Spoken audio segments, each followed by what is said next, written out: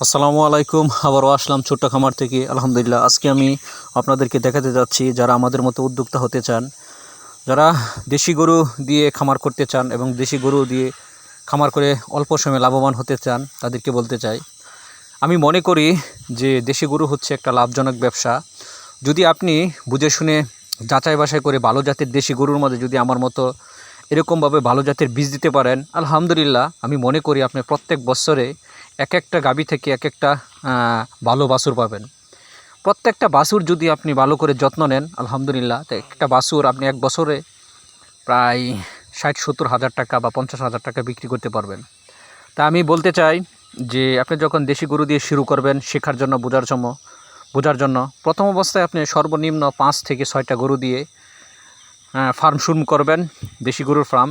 প্রত্যেকটা বাছুর থাকবে এক একটা মাপের। যেমন 5টা গরু আপনি এরকমভাবে কিনবেন যে যখন 5টা ভালো জাতের দেশি গরু যে ডাকে আসে, বা 1 থেকে 2 মাসের ভিতরে ডাকে আসবে, যেহেতু আমার গরুগুলো আমি এভাবে দেশি খামারটা শুরু করতেছি। আলহামদুলিল্লাহ, আমি দীর্ঘদিন যাবৎ যে আমি দেশি গরু লালন পালন করতেছি। আমার প্রত্যেকটা দেশি গরুর মাঝে আমি ভালো জাতের বীজ দিয়ে আলহামদুলিল্লাহ ভালো জাতের বাছুর পাই। আর সেই বাছুরদেরকে পর্যাপ্ত পরিমাণ যত্ন নেই। আর এক একটা বাছুর যখন গরু থেকে আলাদা হয়, বা 5 মাস 6 মাস পরে যখন বাছুরটা আলাদা হয়, এক একটা বাছুরের দাম হয় 50,000 বা 60,000 টাকা। তো আমি মনে করি যে এভাবে আপনারা করে লাভবান হতে পারেন। একটা দেশি গরু যদি আপনি 30 থেকে 40,000 টাকার ভিতরে বকনা বাছুর যদি আপনি কিনেন, তাহলে আমি মনে করি এই বাছুরটা আপনি প্রায় 6-7 মাস লালন পালন করলে ওই বাছুরটা আপনি ডাকে আসবে। তারপর ওই বাছুরের মধ্যে যদি আপনি ভালো জাতের বীজ দেন, বীজ সম্পর্কে অবশ্যই আপনার অভিজ্ঞতা থাকতে হবে। কারণ আমার খামারের সবচেয়ে বড় যে লাভের, যে ছোট্ট খামারটা লাভের যে অংশ, সেটা হচ্ছে ভালো জাতের বাছুর। আপনি এক একটা গরু লালন পালন করবেন এক একটা বাছুরের আশায়, সেই বাছুরটা চেষ্টা করবেন যে উন্নত ধরনের বাছুর পাওয়ার জন্য। আর সেই বাছুরটা তখনই আপনি পাবেন যদি যাচাই বাছাই করে আপনি একটা দেশি গরুর মাঝে ভালো জাতের বীজ দিতে পারেন। আলহামদুলিল্লাহ, আমি আমার প্রত্যেকটা দেশি গরুর মাঝে আমি ভালো জাতের বীজ দেই। সেই বীজ সম্পর্কে আমার একটা অভিজ্ঞতা হয়েছে। তো আমি এক একটা গরু থেকে এক একটা ভালো জাতের বাছুর পাই। আমার বাছুরটা হচ্ছে লাভের একটা বড় অংশ। আমি পর্যাপ্ত পরিমাণ যত্ন নেই বাছুরদের।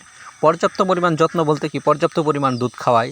এক একটা বাছুর 5-6 মাসে আমি ভালো টাকা বিক্রি করতে পারি।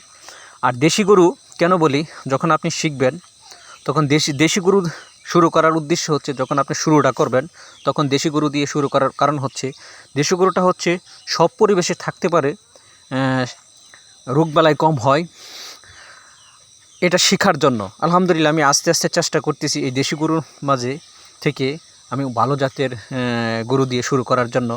আর আমি মনে করি, একটা কথা বারবারই বলি, দেশি গরু হচ্ছে একটা লাভজনক ব্যবসা। আলহামদুলিল্লাহ, আমার যে ছোট্ট খামারে এর আগে আমি কয়েকটা গরু আমি বিক্রি করেছি, যেহেতু ষাঁড় গরু, সেই ষাঁড় গরুগুলো আমি বিক্রি করে দেই।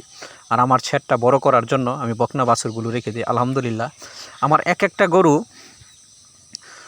থেকে আমি ভালো জাতের বাছুর পাই। আর আমার দেশি গরু যে গরুগুলো আছে সেই গরু থেকে আমি 1 মাস বা 2 মাসের ভিতরে আমি এরকম প্রত্যেক বছরে 4 থেকে 5টা বাছুর আমি আলহামদুলিল্লাহ আমার ছোট্ট খামার থেকে আমি পেয়ে থাকি।